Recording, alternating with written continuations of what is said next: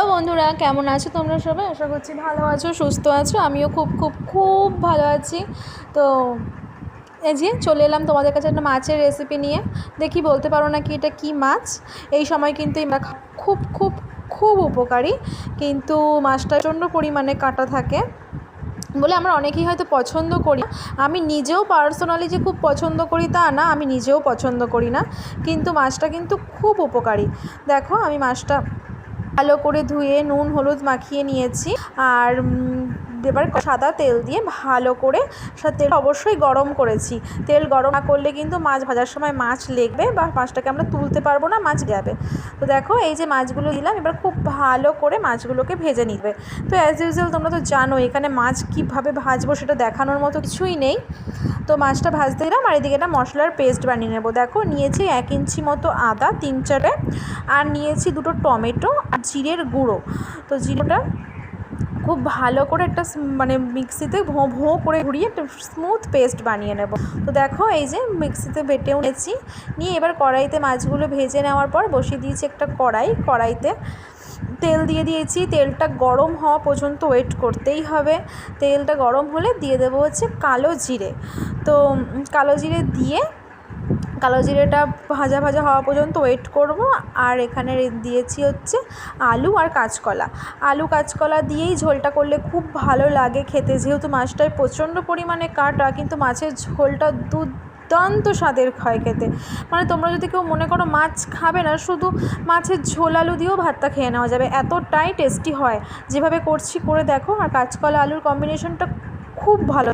তো দেখো আলু আর কাঁচকলাটা ভাজা হলে আমি এখানে দিয়ে দিলাম হচ্ছে এই যে মশলাটা বেটে রেখেছিলাম, মিক্স মশলাটা, আর দিলাম নুন আর পরিমাণ মতো হলুদ। আমি কিন্তু আলু কাঁচকলা ভাজার সময় কোনো হলুদ অ্যাড করিনি বা নুন অ্যাড করিনি, তাই আমি পরিমাণ মতো নুন আর হলুদটা দিয়ে দিলাম। তোমরা তোমাদের আন্দাজ মতো দিয়ে দেবে। দিয়ে জল দিয়ে খুব ভালো করে মশলাটা জানোই তো ভালো করে কষাতেই হবে, নয়তো রান্নায় স্বাদ একদমই আসবে না।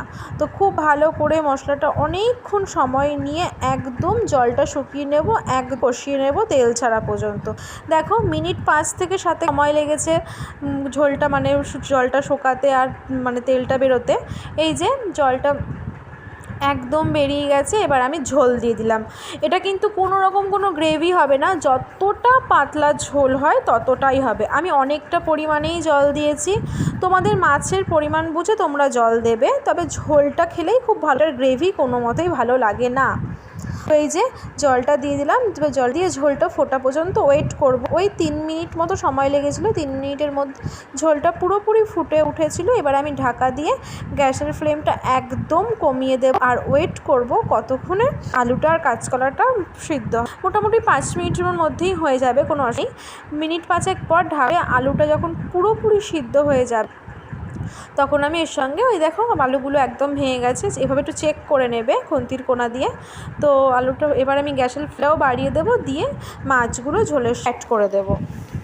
তো দেখতেই পাচ্ছ, আর ঝোলের কাটা এখানে কিন্তু কোনো শুকনো লঙ্কা ইউজ করবে না, কাঁচা লঙ্কাই ইউজ করবে। আর যেহেতু আমার মেয়ে খাবে, তাই আমি এখানে কাঁচা লঙ্কা ইউজ করিনি। তো তোমরা চাইলে শুকনো লঙ্কা দেবে না, শুকনো লঙ্কা থেকে কাঁচা লঙ্কাতেই টেস্টটা ভালো হয়।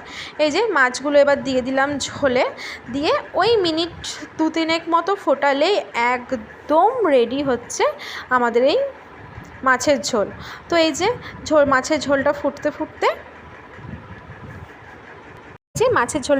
ফুটতে আমার ভিডিওটা শেষ করলাম।